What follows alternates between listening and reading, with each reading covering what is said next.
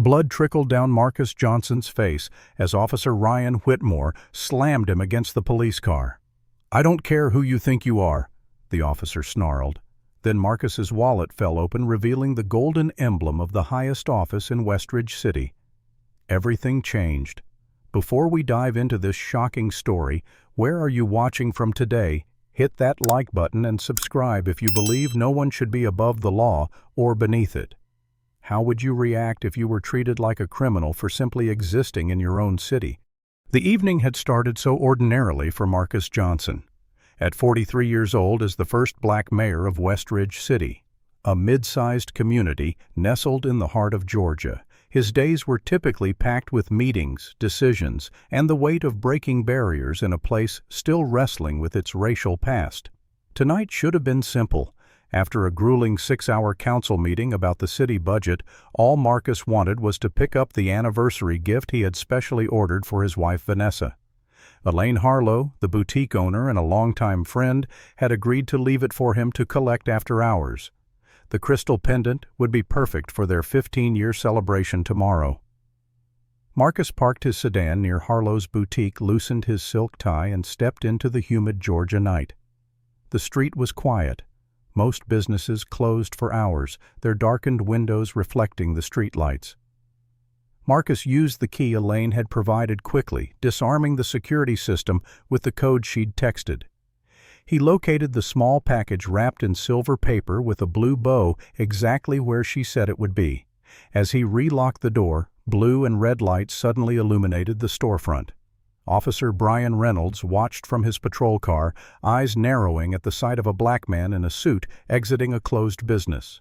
Despite 12 years on the force, despite the mayoral election that had plastered Marcus's face across the city for months, despite the fact that Marcus had even spoken at the police academy graduation last spring, Reynolds saw only what he wanted to see: a potential criminal. Reynolds radioed in before approaching, hand already resting on his holster. "Westridge PD. Turn around slowly and put your hands where I can see them," he barked. Marcus complied immediately, recognizing the danger in the situation despite his position. "Officer, I'm just picking something up." "The owner left it for me," he explained calmly, the small gift box still in his hand. "I'm Mayor Johnson." Reynolds snorted, clearly disbelieving. "Sure you are. ID now." Marcus carefully reached for his wallet. "I'm moving my hand to my inside pocket for my identification," he narrated, knowing the deadly consequences that could come from sudden movements. He produced his wallet, flipping it open to show both his driver's license and the mayoral identification card. Reynolds barely glanced at it.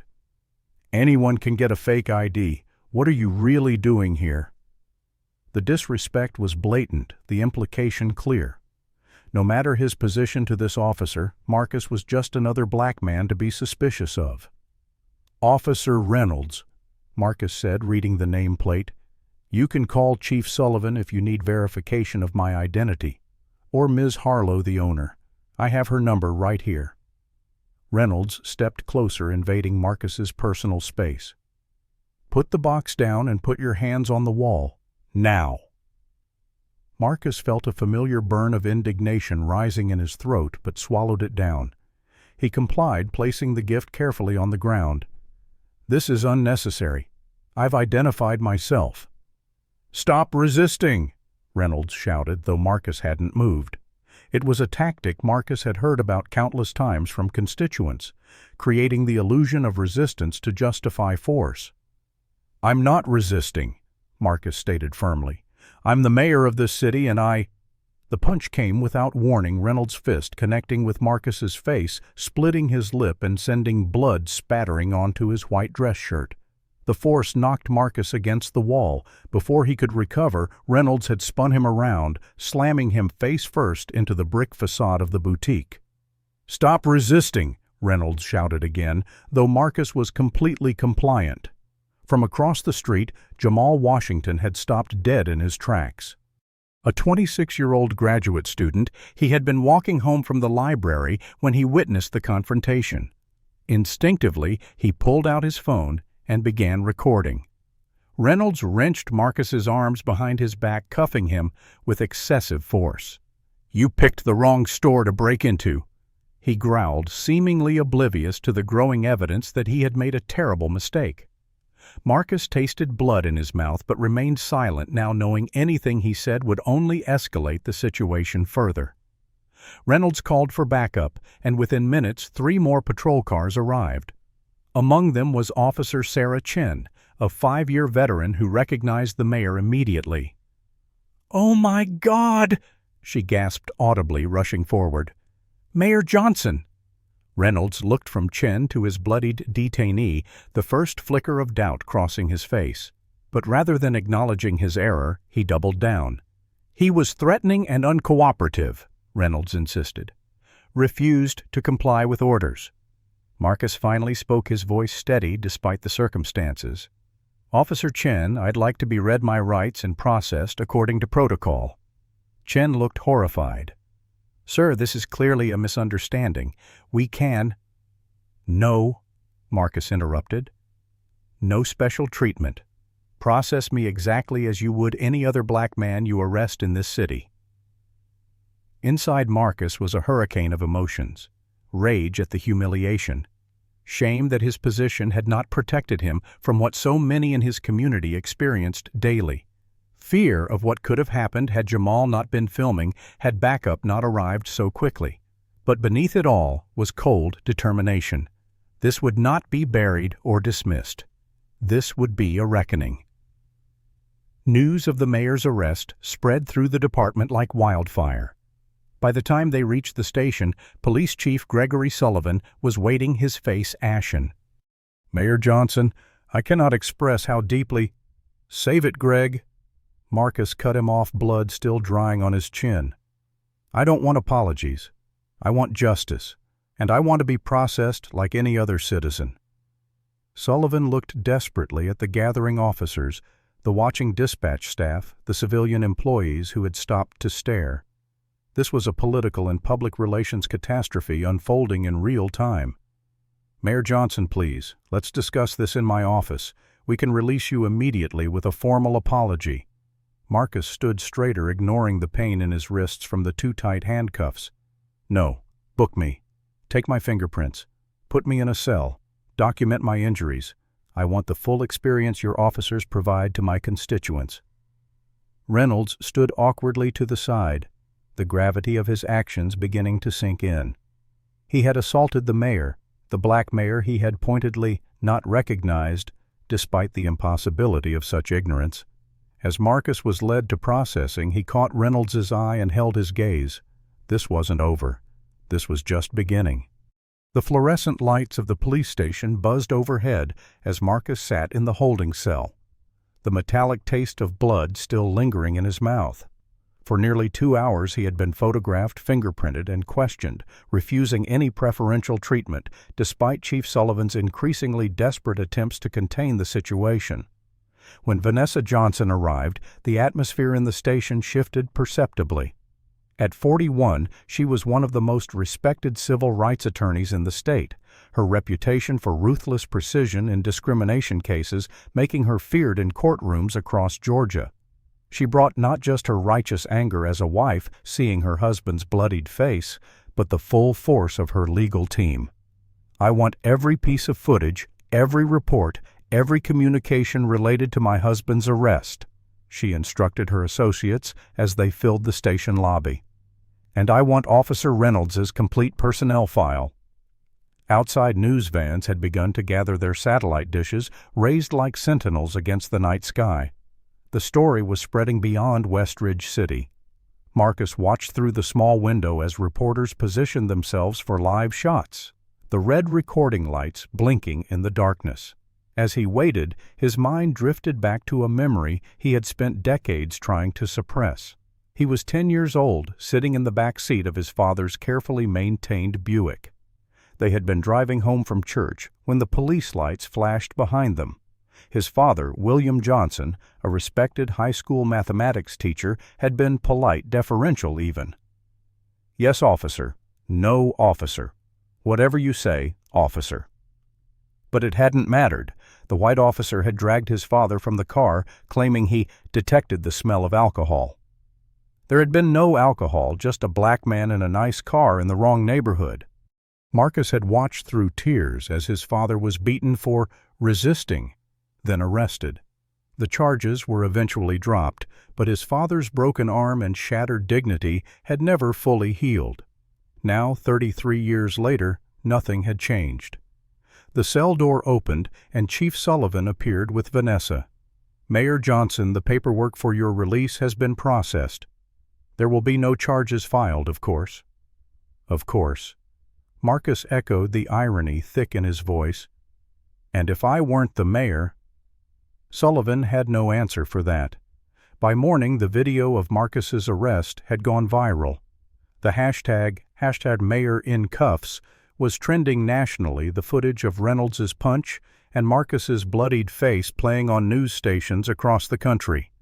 Officer Reynolds had been placed on administrative leave, with pay, of course, pending an investigation, the standard procedure that protected officers from consequences while appearing to take misconduct seriously.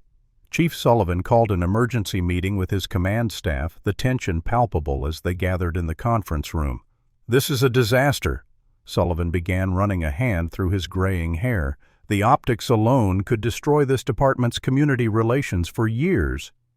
Assistant Chief Wilson, a 25-year veteran nearing retirement, leaned forward. "We can't throw Reynolds under the bus here, Greg. He made a mistake, but we stand by our officers." "A mistake?" Captain Rodriguez countered, the only Hispanic officer in senior leadership. "He assaulted the mayor of our city without provocation. That's not a mistake, that's a crime." The room divided quickly along familiar lines, those who believed in accountability and those who prioritized protecting their own at all costs. Meanwhile, the city council had convened its own emergency session. The racial divisions there were equally stark. Councilman Parker, representing the predominantly white North Side, characterized the incident as an unfortunate misunderstanding, while Councilwoman Washington from the historically black East Side called it the most visible example of the systemic racism black residents face daily. Marcus had yet to make a public statement strategizing with Vanessa and his advisors about the most effective response. This wasn't just about one officer or one incident. This was an opportunity to force meaningful change in a system designed to resist it. "We need to think bigger than Reynolds," Vanessa argued as they sat in their home study that evening. "This has to be about structural reform." Marcus nodded, touching the butterfly bandage on his split lip. "I know, but Reynolds needs to be held accountable too. No paid vacation, no quiet transfer to another department. Real consequences." Across town, Officer Brian Reynolds sat in the wood-paneled office of Police Union President Frank Miller. Miller, a former officer who had turned his combative personality into a successful second career defending cops from accountability, was already strategizing. "Don't worry, Brian. We've handled worse than this. The mayor's riding high now, but this will blow over." Reynolds wasn't so sure. "You didn't see his wife's face, Frank. She's out for blood." Miller smiled coldly. "She's just one lawyer. We have connections she can't touch." Those connections included Nathan Pierce, a real estate developer whose projects had transformed, some said gentrified, several of Westridge's formerly black neighborhoods. Pierce had been a major donor to the police union's legal defense fund for years, understanding that aggressive policing helped clear undesirable elements from areas he wanted to develop. Pierce had personally funded Reynolds's defense in 2 previous excessive force complaints, both filed by black residents who had then mysteriously faced unrelated criminal charges until they dropped their complaints. The system worked like a well-oiled machine when everyone played their parts. The governor called Marcus that evening, his concern more about political damage control than justice. "Mayor Johnson, this is extremely unfortunate. I want you to know the state stands ready to assist in whatever way appropriate to resolve this situation quickly and quietly." The message was clear. Make this go away, don't rock the boat. Marcus thanked him coolly before hanging up. That night, Marcus met with community leaders who had been complaining about police misconduct for years without result. Pastor Michaels from First Baptist, Dr. Clark from the Urban League, Ms. Josephine Baker, who had been organizing neighbors since the Civil Rights Movement. All had stories, all had been ignored. "They're only listening now because it happened to the mayor," Ms. Baker said, her aged voice still strong with conviction. "But at least they're finally listening." Meanwhile, Jamal Washington, whose video had sparked the national attention, was facing his own backlash. Online harassment threats and accusations of being anti-police flooded his social media. Some even called the university where he studied demanding his expulsion for endangering officers. The blue wall was closing ranks, and anyone who threatened it became a target. What happens when power meets power, head on? Can a single incident truly change a system built to protect itself? The next morning, Frank Miller stood before a forest of microphones outside the police union headquarters, his face a mask of righteous indignation as he defended Officer Reynolds. "What we witnessed yesterday was the unfortunate result of an officer doing his job in a difficult situation." Miller declared, his voice carrying across the assembled reporters. Officer Reynolds observed what appeared to be a break-in and responded appropriately. The fact that the individual in question turned out to be Mayor Johnson is regrettable, but our officers cannot be expected to recognize every face in a potentially dangerous nighttime encounter. The subtext was clear: this was not about race, but about procedure. Miller continued his message, shifting to thinly veiled threats. "We certainly hope this isolated incident won't affect the department's budget considerations that are currently before the City Council. Our officers need more resources, not fewer, to protect this community effectively." Across town, a very different gathering was taking place. Hundreds of residents, predominantly Black, assembled in Friendship Park for a rally demanding justice and police reform. Signs reading, "I am Marcus Johnson," and "Badge is not a license to assault," waved above the crowd. Pastor Michaels addressed the gathering. "Today it's the mayor. Yesterday it was our sons and brothers. Tomorrow it will be someone else's family member unless we demand real change." As public sentiment polarized, Officer Reynolds gave an exclusive interview to a sympathetic local news anchor. "I feared for my safety," Reynolds claimed, despite video evidence showing Marcus completely compliant. "It was dark, he was coming out of a closed business, and he made aggressive movements." The anchor nodded sympathetically, never questioning the obvious discrepancies between Reynolds' account and the video footage millions had already seen. Behind the scenes, Marcus was working methodically. With Vanessa and her legal team, he reviewed every excessive force complaint filed against the Westridge Police Department over the past 5 years. The pattern was unmistakable. Black residents were 7 times more likely to experience use of force during encounters with police, yet their complaints were dismissed at a rate of 96%.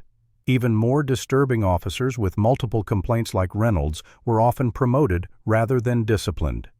This data tells a story the department doesn't want told. Marcus told his team as they compiled their findings. "Now we need to make sure people hear it." Marcus arranged a confidential meeting with representatives from the Civil Rights Division of the Justice Department. The DOJ official, a career attorney named Richardson, revealed something disturbing. "Mayor Johnson, I'll be frank with you. We've received complaints about Westridge PD for years, but there's been political pressure to focus elsewhere. Your case has created an opening we haven't had before." The implication was clear.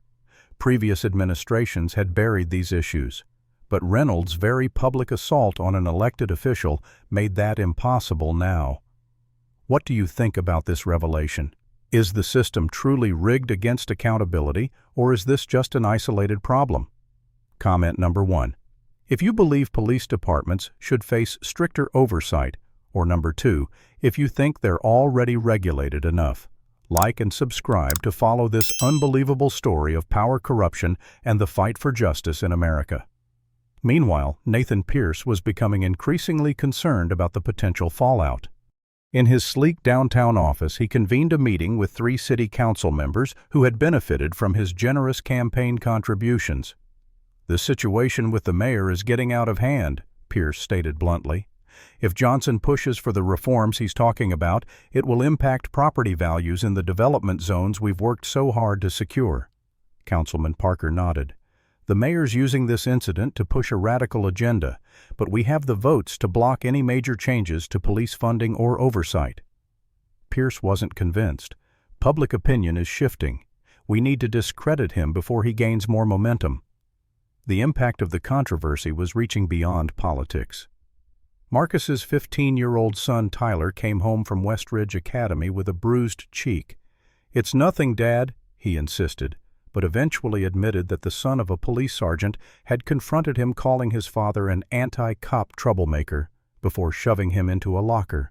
The incident only hardened Marcus's resolve, even as it deepened his concern for his family's safety. That evening, Vanessa found an envelope on her car windshield containing photos of their home taken from the street and a note reading simply, "Back off or else." The threat necessitated a security detail for the family, turning their home into something resembling a fortress. The Johnsons now lived in a state of siege, their privacy and peace shattered. In her law office, Vanessa uncovered something potentially explosive. Financial records showing significant donations from Pierce's development company to the police union's defense fund, specifically earmarked for officers patrolling areas Pierce planned to develop. "It's a protection racket," she told Marcus. "Pierce funds the union. The union protects officers who harass residents in neighborhoods Pierce wants to buy up, driving property values down."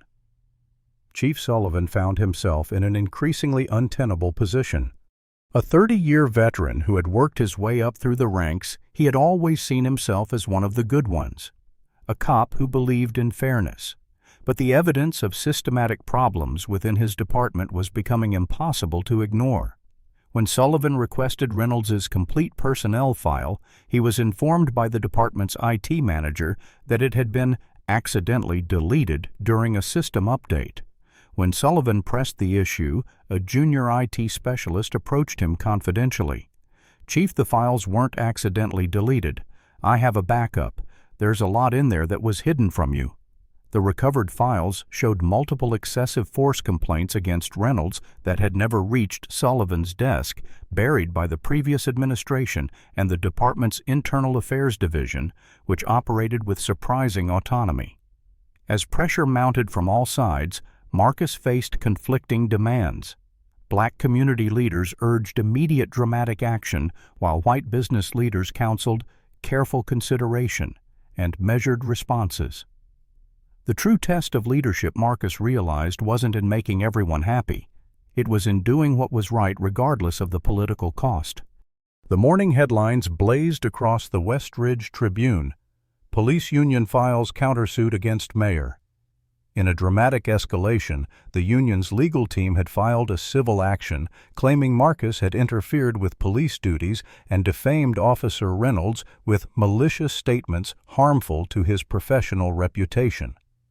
It was a classic counterpunch strategy, shift the narrative from defense to offense. Conservative media outlets pounced on the development running segments, questioning Marcus's character and judgment. An anonymous source provided a 20-year-old photo of Marcus at a college protest against police brutality, which pundits spun as evidence of a long-standing anti-police agenda. More insidiously, a story began circulating about Marcus being questioned about marijuana possession during his sophomore year at Morehouse College, a minor incident that had resulted in no charges but was now being portrayed as a criminal history the mayor had concealed. Reynolds appeared on National Morning America, the country's highest-rated breakfast television program, portraying himself as the victim of political opportunism. "I was just doing my job," he insisted, looking appropriately somber in a carefully selected navy blue suit. "Now my family is receiving threats all because I encountered someone who didn't want to follow standard police procedures." The show's hosts asked no challenging questions, allowing Reynolds's version of events to stand unchallenged. Marcus watched the interview in his office, noting how skillfully the narrative was being reframed. This was no longer about a white officer assaulting a black mayor. It was about an embattled public servant facing persecution for following protocol. The media manipulation was masterful. That afternoon, Marcus received an unexpected text from a number he didn't recognize. "Need to talk, not safe on phone. It's Darnell." Officer Darnell Jackson had been Marcus's mentee years ago when Marcus taught a community college course on public administration. Darnell had been a promising student with dreams of reforming policing from within. They had lost touch after Darnell joined the force, their relationship deemed politically complicated once Marcus entered city politics. They met at an out-of-the-way diner 30 miles outside city limits, both taking precautions to ensure they weren't followed. Darnell looked exhausted, dark circles under his eyes suggesting sleepless nights. "They're going to destroy you if they can," he said without preamble once they were seated in a back booth. "There's a group within the department. They call themselves the Blue Shield. Reynolds is part of it. They specifically target black residents for harassment, especially in neighborhoods Pierce wants to develop." Marcus leaned forward. "Can you prove this?" Darnell nodded grimly. "I've been collecting evidence for months. Text messages, patrol assignments, arrest records showing the pattern. I knew something was wrong, but after what happened to you, I can't stay silent anymore." "This is extremely dangerous for you," Marcus cautioned. "The Blue Shield, do they know you have this information?" "I don't think so. I've been careful, but I can't trust internal affairs. They're compromised." Marcus considered the implications. A whistleblower from within the department could break the blue wall of silence, but it would put Darnell at tremendous risk. "We need to get your evidence to the FBI," Marcus decided. "This goes beyond local corruption if civil rights are being systematically violated." They arranged a meeting with federal agents for the following day, but somehow their plan was compromised.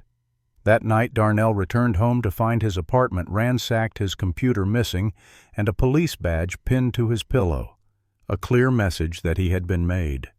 When Darnell called Marcus in a panic, the mayor immediately sent a trusted security team to bring him to a safe location. The targeting of Darnell confirmed the existence of the conspiracy, but jeopardized their evidence. Meanwhile, Pierce was mobilizing his allies on the city council.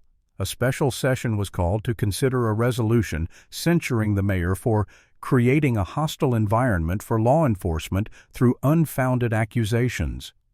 The council chambers were packed, the atmosphere tense as citizens lined up to speak.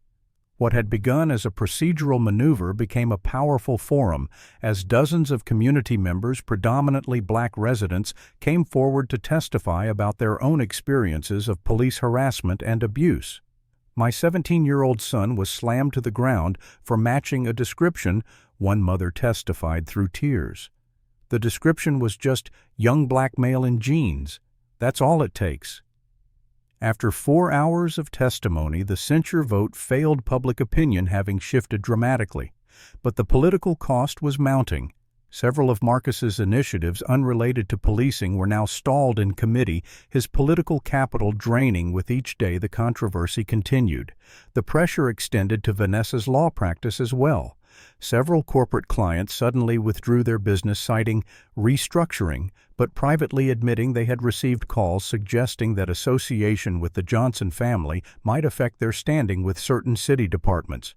Pierce's influence was far-reaching, his retribution swift for those who defied him. The situation reached a frightening new dimension when Tyler witnessed a police cruiser deliberately harass his friend Jordan after basketball practice. When Tyler intervened, recording the encounter on his phone, the officer nearly arrested him before recognizing the mayor's son. "Delete that video if you know what's good for you, kid," the officer had warned before driving away. That night, Marcus sat alone in his study, the weight of the past weeks bearing down on him. Every step toward justice seemed to put more people at risk. His family, Darnell, even ordinary citizens who spoke out. He had always believed the system could be reformed from within, that good leadership could overcome institutional corruption. Now, for the first time, he questioned whether that was true. As he contemplated his next move, a final piece of the puzzle emerged. Vanessa's investigative team uncovered evidence that Reynolds had not randomly encountered Marcus that night. Records showed his patrol route had been specifically altered to include the area around Harlow's boutique, despite it not being part of his usual beat. Someone had known the mayor would be there and had ensured Reynolds would be the one to respond. The conspiracy ran deeper than they had imagined, reaching into the highest levels of the department's scheduling and operations. The question was no longer whether there was a coordinated effort to target the mayor, but how far up the chain of command it went and what they would do next to protect their power. The call came at 3:17 in the morning, jolting Marcus from fitful sleep. "Mayor Johnson, this is Memorial Hospital. We have Officer Darnell Jackson in our emergency room. He's been severely beaten and is asking for you." Marcus dressed quickly, his security detail scrambling to escort him. Vanessa insisted on coming despite the hour. "This is because of us," she said, her voice tight with guilt and anger. "We have to be there for him." Darnell lay in the hospital bed, his face swollen almost beyond recognition, ribs taped, left arm in a cast. Despite his injuries, his first words to Marcus were, "They took everything, the flash drive with the evidence, my backup phone, all of it." He had been ambushed in the safe house the security team Marcus had hired, mysteriously called away by what turned out to be a false emergency. The attackers had worn masks, but Darnell recognized one voice. It was Sergeant Foster. He runs the Blue Shield's enforcement. The doctor informed them that Darnell had suffered a concussion, 3 broken ribs, a fractured arm, and extensive bruising. "He's lucky to be alive," she said bluntly. This was no random assault, this was a message. Outside Darnell's room, Marcus faced an impossible decision. Pushing forward meant risking more violence against those who supported him. Backing down meant allowing systematic injustice to continue unchallenged. "We can't stop now," Vanessa argued, though fear shadowed her eyes. "If we back down, they win and nothing changes." Marcus nodded, knowing she was right, but feeling the crushing weight of responsibility for what had happened to Darnell and what might happen to others. The next morning, every officer assigned to the mayor's security detail called in sick. A coordinated action clearly meant to leave the Johnson family vulnerable. The department was closing ranks, officers refusing to protect a mayor they now viewed as the enemy. Chief Sullivan, increasingly isolated within his own command structure, scrambled to assign replacements, but the message had been sent, the blue line had been drawn, and Marcus was on the wrong side of it. The crisis escalated further when Vanessa's law office received a bomb threat, forcing an evacuation and sweep by the bomb squad. Though no explosive was found, the threat achieved its purpose: disruption, fear, and a clear warning. As Vanessa and her staff stood in the parking lot waiting for the all clear, she received a text from Marcus that made her blood run cold. "Emergency at Tyler's school, coming to get you." Westridge Academy had received an anonymous call claiming an active shooter was on campus. The school immediately implemented lockdown procedures as police swarmed the building. Students huddled in darkened classrooms, texting terrified messages to parents. After 2 hours, authorities determined it was a false alarm, another intimidation tactic. But the trauma inflicted on the students, particularly Tyler, who knew he was likely the true target, was very real. That night, Marcus isolated himself in his study, the weight of guilt becoming unbearable. People were suffering because of his refusal to back down. Was justice worth this price? His mind drifted back to his campaign, to the promises he had made about uniting the city and creating a community where everyone felt safe and respected. Those dreams now seemed naive, the entrenched power structures more resilient than he had anticipated. As Marcus wrestled with his crisis of faith in the system, he remembered his father's words after the beating he had witnessed as a child. "They can break your bones, son, but only you can decide if they break your spirit." Could the system ever truly be reformed, or was it functioning exactly as designed, protecting power and property at the expense of justice? The next day brought a new crisis. A peaceful protest march organized by community leaders turned chaotic when masked individuals began smashing store windows and overturning trash cans. Witnesses later reported seeing these provocateurs arrive together and disperse immediately after causing damage, suggesting a coordinated effort to discredit the demonstration. Police responded with overwhelming force, tear gas, rubber bullets, and mass arrests that primarily targeted legitimate protesters rather than those actually causing destruction. Dozens were injured, including Pastor Michaels, whose bloodied face became the new symbol of the movement as images spread across social media. Later investigation by independent journalists would connect several of the provocateurs to a security firm on Pierce's payroll, but in the immediate aftermath, the narrative was controlled by those with the loudest platforms. Conservative media outlets showed endless loops of property damage while ignoring police violence, shifting public discourse from police misconduct to batumi, lawless protesters. Reynolds, still on administrative leave, issued a statement through the union condemning the mayor for inciting anti-police sentiment that has led to this violence against our city. The governor called Marcus directly, his tone no longer diplomatic. "This ends now, Johnson. I'm prepared to send in state police to restore order if your local authorities cannot control the situation. This has gone far enough." The threat was clear: back down or face a state takeover that would effectively end any hope of reform. As Marcus weighed his increasingly limited options, another shock came. His office had been bugged. Security specialists discovered listening devices in his desk phone and light fixtures, professional equipment that had been relaying his private conversations for weeks. The circle of people he could trust was shrinking by the hour. In this darkest moment, an unexpected development. Chief Sullivan requested a private meeting, arriving at the mayor's residence through a service entrance to avoid detection. "I'm offering my resignation," Sullivan said without preamble. "I've failed this department and this city." For the first time, Sullivan seemed genuinely remorseful rather than merely politically calculating. "I thought I knew what was happening under my command. I was wrong or willfully blind. Either way, I've lost the moral authority to lead." Marcus studied the man before him, a career officer who had always presented himself as one of the good ones, now confronting his complicity in a corrupt system. "Don't resign," Marcus said, surprising both Sullivan and himself. "Not yet. I need allies inside the department who understand what we're fighting." Sullivan looked skeptical. "After everything that's happened, you still trust me?" "Trust is a luxury I can't afford right now," Marcus replied honestly. "But I believe you want to do the right thing, and that's rare enough to be valuable." That night, as Marcus finally fell into exhausted sleep, his secure phone chimed with a message from an encrypted source. It contained a single video file, and the message, "Not everyone wears the shield. Some of us still believe in the badge." The video showed Pierce in a meeting with Union President Miller and 3 high-ranking officers discussing their coordinated strategy to put Johnson in his place and make an example of him for any other officials who might consider police reform. The smoking gun Marcus needed had just landed in his hands, but before he could celebrate this breakthrough, another message arrived, this one from Pierce himself, delivered by courier to the mayor's home. It was a recall petition with enough signatures to trigger a special election, along with a note, "End all investigations now, or your career ends next week. Your choice, Mr. Mayor."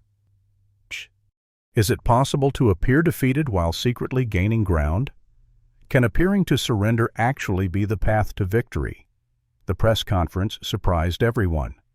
Standing at the podium in City Hall, Marcus Johnson spoke in measured tones about healing divisions and moving forward together. "While I still believe accountability is essential in policing as in all public service," he stated carefully, "I recognize that continued conflict serves no one. I am therefore calling for a cooling of tensions and a return to dialogue rather than confrontation." The statement sent shockwaves through all camps. Conservative media cautiously celebrated a return to reason. Police union officials exchanged confused but optimistic messages. Pierce called his allies on the council, "He's backing down, the pressure worked." But in the black community, bewilderment and anger spread rapidly.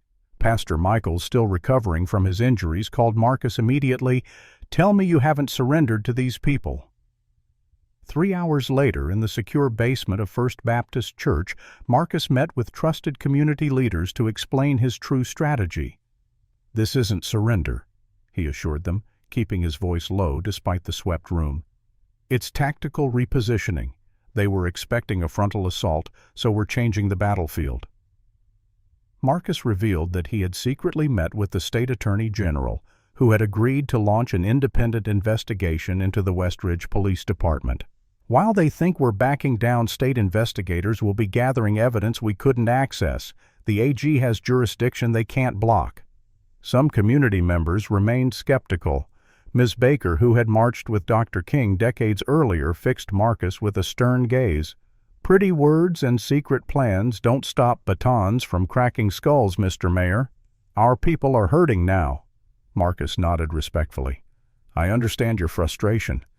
But this is about winning the war, not just the next battle. I'm asking for your trust and your patience." While publicly adopting a conciliatory tone, Marcus worked behind the scenes to build a network of allies within the department itself. Officer Sarah Chen became a key contact, quietly gathering information from officers uncomfortable with the corruption, but too afraid to speak openly. "There are more good cops than you might think," Chen told Marcus during a seemingly casual encounter at a community event that provided cover for their conversation. "They're just scared of retaliation. The Blue Shield doesn't hesitate to destroy careers, or worse." With Chen's help, Marcus identified potential allies in every precinct, officers who might be willing to testify if given proper protection. Meanwhile, Reynolds returned to limited duty assigned to desk work, but receiving a hero's welcome from his supporters within the force. His confidence grew as the mayor's public criticism subsided. In the break room at headquarters, Reynolds and several Blue Shield members celebrated with cigars, convinced they had won. "The mayor's learned his lesson," Reynolds boasted. "Next time he sees me, he'll probably cross the street." But their victory celebration was premature. Marcus had recognized that focusing solely on Reynolds was a mistake. The officer was merely a symptom of the deeper corruption. Vanessa's legal team continued methodically documenting patterns of civil rights violations throughout the department, building a case that went far beyond one incident. Their research revealed that arrest rates in neighborhoods Pierce planned to develop increased by over 300% in the months before property acquisition began, creating artificial crime statistics that drove down property values. Tyler, initially traumatized by the false active shooter incident, channeled his fear into action. He started a youth organization called Truth Record, teaching other teenagers to safely document police interactions in their neighborhoods. "We're not anti-police, Tyler explained at their first meeting. "We're pro-accountability." In the hospital, Darnell Jackson continued his recovery both physically and mentally. Despite losing his original evidence, he agreed to testify about the Blue Shield's operations once he was discharged.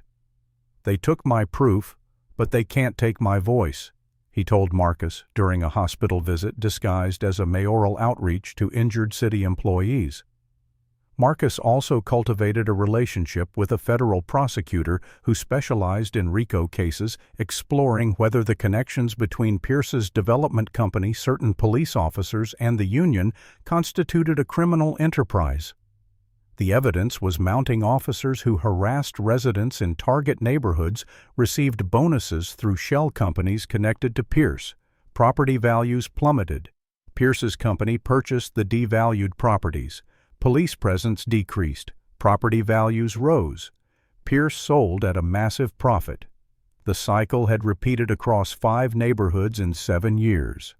To maintain his public image of reconciliation, Marcus appeared at a police union charity golf tournament, smiling for photos with Frank Miller and even exchanging seemingly cordial words with Reynolds. "Good to see you making progress, officer." Marcus said the double meaning lost on Reynolds but not on Miller, whose eyes narrowed suspiciously. The facade nearly cracked when Pierce approached Marcus during the event's reception, drawing him aside with a proprietary hand on his shoulder. "You made the right decision stepping back, Marcus," Pierce said, his voice smooth as polished marble. "There's a bright future for you after your mayoral term. My foundation always needs well-connected board members, very generous compensation, minimal time commitment." The implied bribe disgusted Marcus, but he maintained his performance. That's very interesting, Nathan. We should discuss that further sometime. What Pierce didn't know was that Marcus was wearing a wire, the conversation being recorded for the federal investigation. Later that week, a breakthrough came from an unexpected source. Jamal Washington, whose original video had sparked the controversy, had continued analyzing the footage. Enhanced audio, processed by a sound engineer friend, revealed something disturbing. Just before punching, Marcus Reynolds had muttered a racial slur under his breath, clear evidence of racial motivation that had been inaudible in the original recording. Do you believe that people in power should be held to a higher standard, or should they receive the same treatment as everyone else? Comment number 1. If you think public officials deserve extra protection, or number 2, if you believe equality under the law means exactly that, the same treatment for everyone.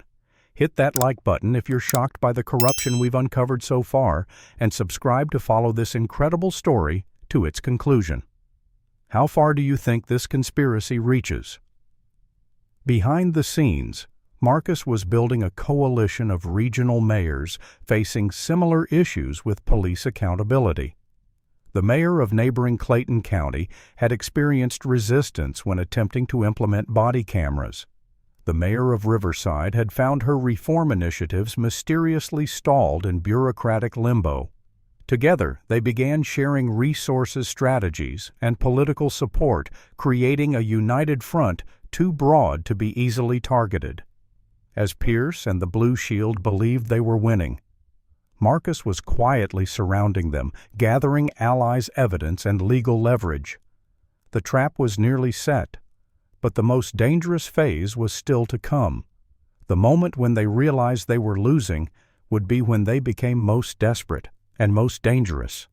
The state attorney general's preliminary report landed like a bombshell on Marcus's desk, its contents more damning than even he had anticipated. The independent investigation had uncovered a systemic pattern of misconduct that went beyond anything the public had imagined. We've found evidence of a formal quota system specifically targeting black neighborhoods, the AG explained during their secure conference call. Officers were expected to meet monthly arrest quotas in areas slated for redevelopment. Those who exceeded quotas received performance bonuses. The investigation had recovered text messages between Reynolds and other officers joking about physical force used against black residents, including one from Reynolds the night he arrested Marcus, just educated another one about who runs this town. Most surprisingly, the evidence suggested Police Chief Sullivan had been deliberately kept in the dark about the worst abuses. They operated a parallel command structure, the AG explained. Official reports went to Sullivan, but the real operations were directed through unofficial channels. They used personal phones and encrypted messaging apps to bypass official oversight. The most explosive finding came from a recording of a police union meeting obtained by one of Chen's trusted officer contacts. In the recording union, President Miller could be heard explicitly discussing how to teach the mayor a lesson, after Marcus had pushed for a civilian oversight board earlier in his term. The recording directly connected the harassment campaign to Marcus's police reform efforts, proving it wasn't a random encounter, but targeted retaliation. As state investigators continued their work, they established direct financial connections between Pierce and officer misconduct. Bank records showed that officers who made arrests in target development zones received bonuses through a security consulting firm owned by Pierce's brother-in-law. It's essentially a bounty system, the AG's financial crime specialist explained. More arrests, more money, lower property values, bigger profits for Pierce.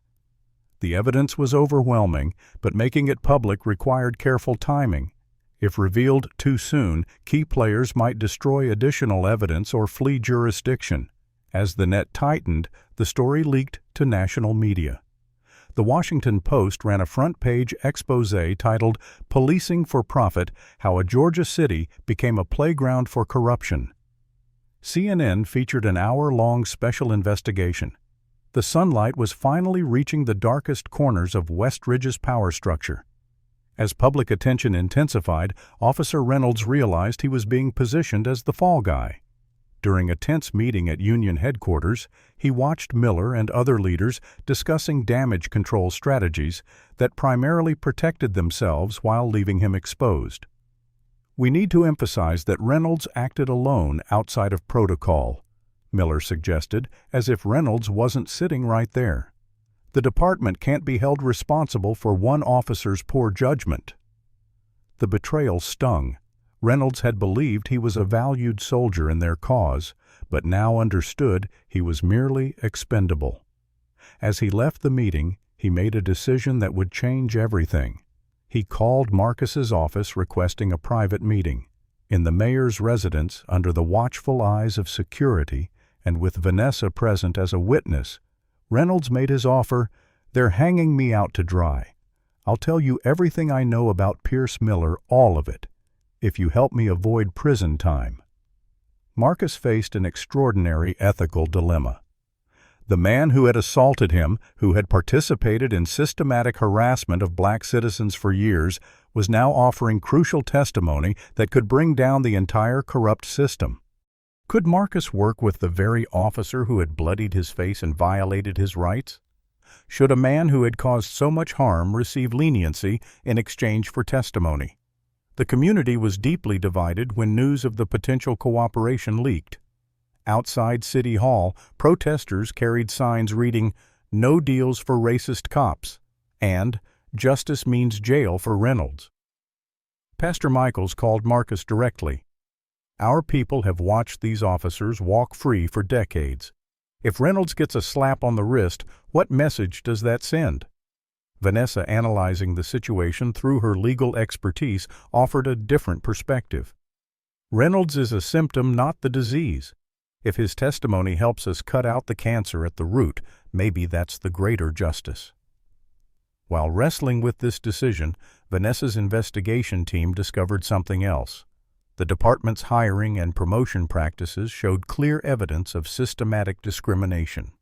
Qualified black candidates were routinely passed over, while officers with connections to the Blue Shield advanced rapidly, regardless of qualifications or complaints. This explained why in a city that was 45% black, the police force remained over 80% white. After careful consideration, Marcus made his decision. Reynolds would be offered limited immunity in exchange for complete cooperation, not a free pass, but a chance to face lesser charges if his testimony helped convict those who had orchestrated the corruption. "I need you to wear a wire to your next meeting with Miller and Pierce," Marcus told Reynolds during their follow-up meeting. "We need direct evidence of their involvement in the conspiracy." Reynolds looked terrified. "If they suspect anything, I'm a dead man." "Now you understand how the citizens you terrorized have felt for years," Marcus replied without sympathy. "The difference is you'll have police protection. They never did." The stakes escalated dramatically the following week. Reynolds, wearing a wire, attended a strategy meeting with Miller Pierce and several Blue Shield leaders at Pierce's private lake house. As the group discussed how to contain the growing scandal, Reynolds carefully steered the conversation toward the original incident. "I'm still not clear why I was sent to patrol near that boutique that night," Reynolds prompted. "That wasn't my usual beat." Pierce, growing comfortable in what he believed was a secure location among allies, made a damning admission. "We had information the mayor would be there. It was an opportunity to send a message about his reform ideas. Nothing personal, just politics." Miller added, "The punch was your improvisation, Brian, but it worked out perfectly. Showed everyone that nobody's untouchable." The meeting continued with Pierce openly discussing how the harassment campaign against Marcus and others who opposed his development plans had been orchestrated. The fake emergency calls, the pressure on his wife's clients, even the school incident. All of it creates an environment where backing down seems like the only reasonable choice. The conversation was everything the prosecution needed: direct evidence of conspiracy, intimidation, and civil rights violations. But then disaster struck. Pierce, always security conscious, had apparently instituted a routine sweep for recording devices. As a security consultant entered the room with detection equipment, Reynolds panicked.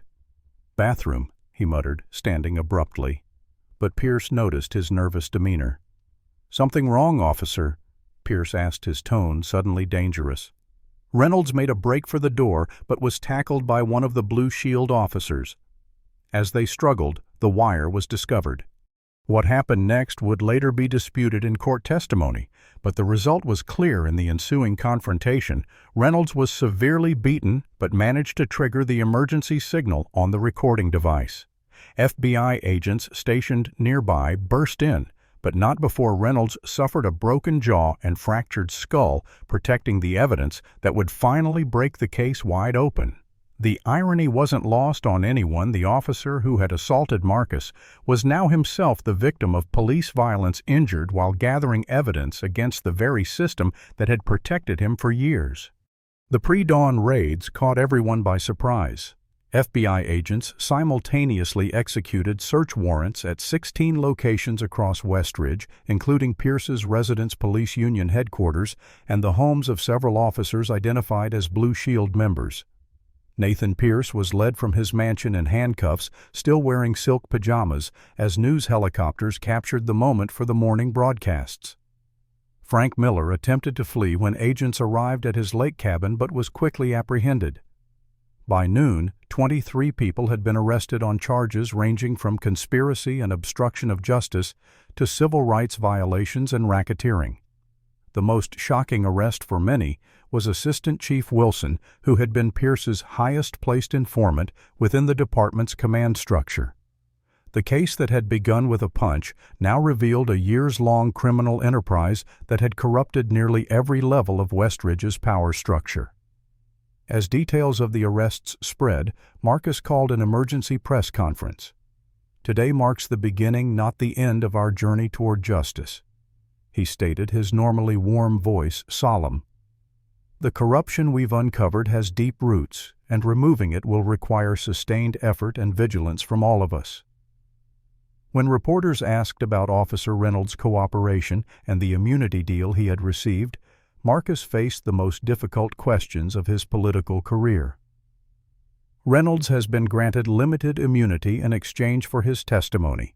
He will still face charges for his assault on me and for other documented misconduct, but with the possibility of reduced sentences if his cooperation leads to convictions of those who orchestrated this conspiracy."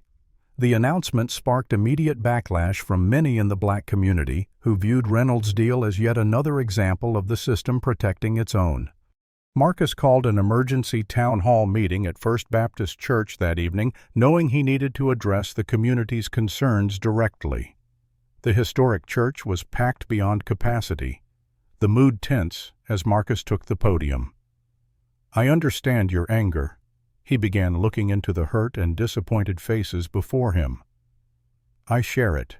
The man who assaulted me, who has participated in the harassment of our community for years, appears to be getting a deal, while so many of our brothers and sisters remain behind bars for lesser offenses." Murmurs of agreement rippled through the crowd. "But I ask you to consider what justice truly means in this moment," Marcus continued. "Is it punishing one officer for a system of corruption that extends far beyond him? Or is it dismantling that system entirely, even if it means difficult compromises along the way?" Marcus then revealed the full extent of the conspiracy that Reynolds's testimony had helped uncover: the targeted harassment of black neighborhoods slated for development, the fabricated crime statistics, the millions Pierce had made by driving down property values through aggressive policing. For decades, individual officers have been scapegoated when public pressure demanded accountability, while those who directed and profited from the corruption remained untouched. Reynolds deserves punishment for his actions, but not at the cost of letting the architects of this system escape justice. The community remained divided, but many began to understand the strategic necessity of the decision, even if they didn't like it. As the federal case proceeded, the department itself faced an internal reckoning. Several officers resigned rather than work under the new accountability measures Chief Sullivan implemented with Marcus's support. These included mandatory body cameras, civilian oversight of use of force incidents, and transparent disciplinary procedures. Other officers, previously silenced by fear of retaliation, embraced the reforms as a chance to practice the kind of policing that had drawn them to the profession in the first place. Officer Chen was promoted to lead a new professional standards division tasked with investigating misconduct complaints. "We can't change overnight," Sullivan acknowledged during a joint press conference with Marcus. "But we can commit to the process of change, however difficult." Meanwhile, Marcus worked with the city council to establish a civilian oversight board with real authority, not merely advisory capacity, but actual power to review police actions and recommend disciplinary measures. The board would consist of residents from every district with dedicated positions for neighborhoods that had been most affected by over-policing. The reforms faced fierce resistance from remaining Union loyalists and council members still aligned with development interests. Budget threats, procedural delays, and legal challenges mounted. Then, tragedy struck. Tyler Johnson was attacked by a group of teenagers, including the children of officers implicated in the corruption case. The assault left him hospitalized with a concussion and broken arm, injuries disturbingly similar to those Darnell had suffered. For Marcus, the attack on his son nearly broke his commitment to legal processes. In the hospital room, watching Tyler sleep, Marcus felt a rage he had never experienced, a primal desire for vengeance that threatened to consume his belief in justice through reform. It was Vanessa who pulled him back from the brink. "This is exactly what they want," she said, holding his trembling hands in hers. "They want you to become what they claim you are. An angry black man seeking revenge rather than justice. Don't give them that victory." The attack on Tyler galvanized the community in unexpected ways. A massive rally in support of the Johnson family and police reform drew thousands, including many white residents who had previously remained silent. Signs reading, "Justice for Tyler" and "Reform is for everyone's children" were carried by a diverse crowd that spanned every neighborhood in Westridge. As public sentiment shifted, Pierce's defense strategy collapsed. His lawyers had attempted to suppress the recording from the Lake House meeting, claiming entrapment, but the judge, after Pierce's team unsuccessfully tried to have her recused due to her previous civil rights work, ruled the evidence admissible. More damaging still, investigators discovered similar patterns of corruption in neighboring jurisdictions, suggesting a regional network of developers and police officials using the same tactics to manipulate property values and silence opposition. The Justice Department expanded its investigation, forming a multi-jurisdictional task force that threatened to expose corruption across the entire state. In a groundbreaking move, Marcus organized a community restorative justice session where Reynolds faced the residents he had harmed over the years. Under the guidance of trained facilitators, people shared their experiences of harassment, fear, and humiliation at his hands. For the first time, Reynolds truly listened, the human consequences of his actions, impossible to ignore or rationalize away. At the session's conclusion, Reynolds offered what appeared to be a genuine apology. "I became a police officer believing I would protect people. Instead, I became someone they needed protection from. I can never undo the harm I've caused, but I will spend the rest of my life trying to make amends." Marcus's response captured the essence of their complicated journey. Words mean nothing without actions behind them. True remorse shows itself through changed behavior, not speeches. Your apology is noted. Your future actions will determine its value. The final confrontation came not in court, but in a public hearing where decades of ignored complaints from black residents were finally acknowledged officially. City records dating back to the 1980s showed systematic dismissal of misconduct reports, creating an unbroken line from the past to the present crisis. Elderly residents testified about abuses they had reported 30 or 40 years earlier, the patterns painfully familiar to younger community members. Nothing happened in 2024 that wasn't happening in 1984. Ms. Baker testified, her aged voice strong with decades of righteous anger. The only difference is now we have video, and now our mayor knows firsthand what we've been saying all along. As the hearing concluded, Marcus faced the assembled citizens, city officials, and media. Confronting our past is painful but necessary. We cannot build a just future on a foundation of denied injustice. Today marks the beginning of Westridge truly facing its history not to assign blame, but to ensure we never repeat it. 6 months later, the Westridge County Courthouse stood solemn against an autumn sky as the judge delivered the verdicts that would define a community's future. In the matter of United States versus Pierce et al. On the count of conspiracy to violate civil rights under color of law, the jury finds the defendant Nathan Pierce guilty. The pronouncement continued through multiple counts: racketeering, witness intimidation, obstruction of justice. The word guilty echoing through the packed courtroom with each charge.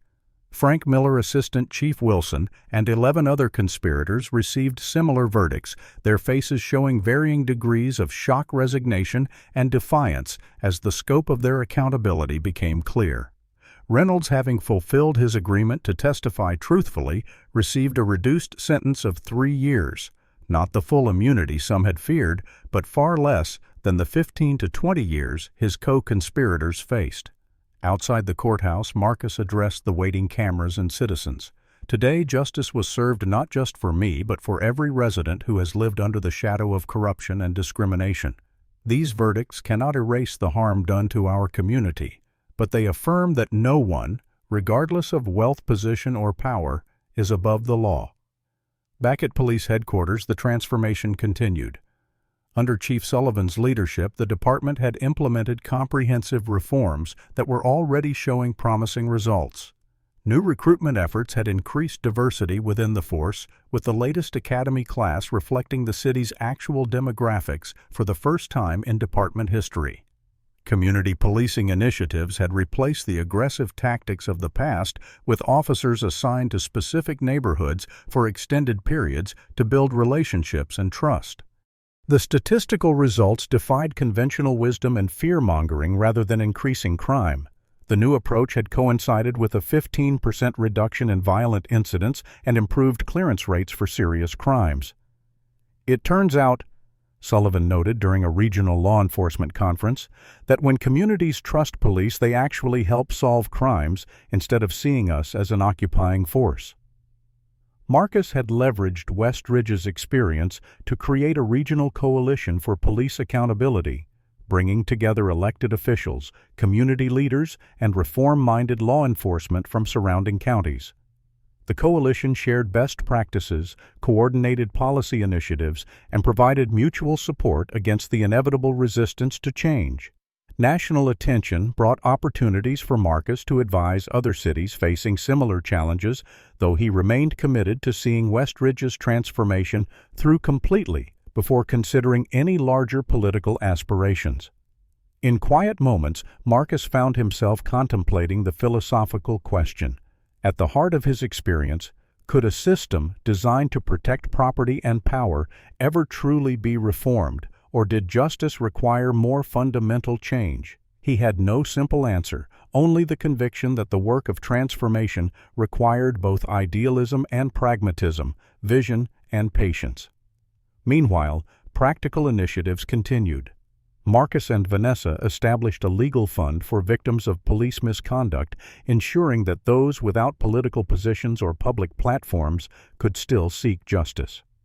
Jamal Washington, whose video had catalyzed the entire process, was appointed to lead the Civilian Oversight Committee, his academic background in public policy and lived experience making him uniquely qualified for the role. Officer Chen's promotion to leadership had opened pathways for other reform-minded officers to advance without compromising their principles. The department was changing not just policies but culture, though everyone understood such transformation would require vigilance for years to come. In a gesture heavy with symbolism, Marcus invited former Chief Sullivan, who had retired after overseeing the initial reforms, to join him for coffee. They met at a local diner, two men who had begun as adversaries but developed a complex respect through crisis. "I spent 30 years believing I was one of the good ones," Sullivan confessed, stirring his coffee absently. Never used excessive force myself, treated everyone with basic courtesy. But I let a corrupt system continue under my watch because challenging it seemed too difficult, too disruptive. Marcus nodded. The hardest lesson for all of us has been that silence isn't neutrality, it's complicity. But you made the right choice when it mattered most. Too late for many, Sullivan acknowledged, but maybe not too late for the department's future. Tyler's recovery had been both physical and psychological. The attack had left emotional scars, but he had channeled his experience into purpose, now planning to follow his mother into civil rights law. "I want to fight the battles before they become violent," he explained to his parents. "The law can be a shield as well as a sword." In perhaps the most surprising development, Brian Reynolds had completed the restorative justice program and, as part of his reduced sentence agreement, now spoke regularly at the police academy about bias and accountability. His perspective as someone who had participated in systematic misconduct carried unique weight with cadets, especially when he described how easily departmental culture had normalized discriminatory practices. "I didn't wake up one day deciding to become what I became," he told them. "It happened through small compromises, through accepting the department's unwritten rules, through dehumanizing the people I was supposed to protect. Your character isn't tested in big moments. It's shaped by the small choices you make every day." On the anniversary of his arrest, Marcus delivered a major address titled "Justice as Process, Not Destination" at Westridge University. "True justice isn't a fixed point we reach and declare victory," he told the audience of students, faculty, and community members. "It's a constant process of evaluation, correction, and growth. The moment we believe the work is finished is the moment injustice begins to reassert itself." Later that evening, Marcus brought his family to the newly established memorial for victims of police violence in Friendship Park. The simple granite monument bore no names, but stood as acknowledgement of decades of unrecognized suffering and resilience. As they placed flowers at its base, Marcus felt the weight of all that had happened, the personal cost, the community trauma, but also the genuine progress that had emerged from crisis. The following morning, Marcus walked past Harlow's Boutique, the site where everything had begun. The space had been transformed into a community center, offering legal advice, youth programs, and support services for families affected by the justice system. Outside, a young officer, part of the first post-reform academy class, nodded respectfully. "Good morning, Mayor Johnson. Beautiful day, isn't it?" The simple, courteous interaction represented everything they had been working toward, a relationship between authority and community based on respect rather than fear. As Marcus continued his walk, he reflected on how a single moment of injustice had sparked a transformation that would affect generations to come. The work was far from complete, the path forward neither straight nor easy, but for the first time it felt like a path that could actually lead toward justice. Not perfect, not immediate, but possible. The transformation of Westridge had begun with a punch thrown in darkness, but it would continue in the light of public accountability, community engagement, and the persistent belief that systems created by people could be changed by people committed to justice. What do you think is the most important factor in creating true police reform? Better training, community oversight, or leadership from the top? Leave your thoughts in the comments below. Has this story changed how you think about power and accountability in your own community? If you found this story powerful, please like, subscribe, and share it with others who care about justice.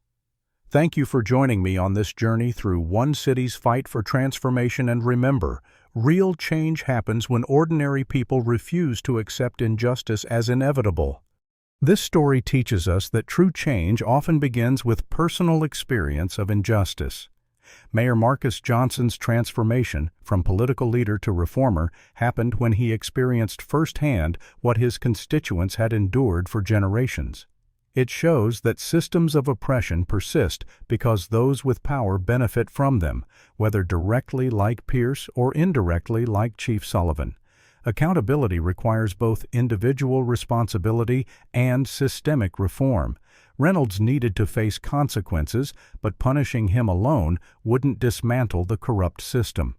True justice demands courage from many people working together, whistleblowers like Darnell, allies within the system like Chin, community advocates like Pastor Michaels, and family support like Vanessa provided. The path to meaningful change is neither quick nor easy, requiring strategic thinking, evidence gathering, and persistence through setbacks and intimidation. Most importantly, this story reminds us that justice is not a destination, but an ongoing process requiring vigilance, as systems naturally resist change and power continuously seeks to protect itself. What systems of injustice exist in your community that go unchallenged because that's just how things are? Have you ever witnessed discrimination and stayed silent or spoken up despite the risks? Share your thoughts in the comments below. If this story of courage in the face of institutional racism resonated with you, please hit that like button and subscribe to our channel for more powerful narratives that expose uncomfortable truths about our society. Share this video with someone who needs to understand how systemic racism operates beyond individual acts of prejudice. Thank you for listening, and remember, change begins when we refuse to accept injustice as inevitable, even when confronting it comes at personal cost.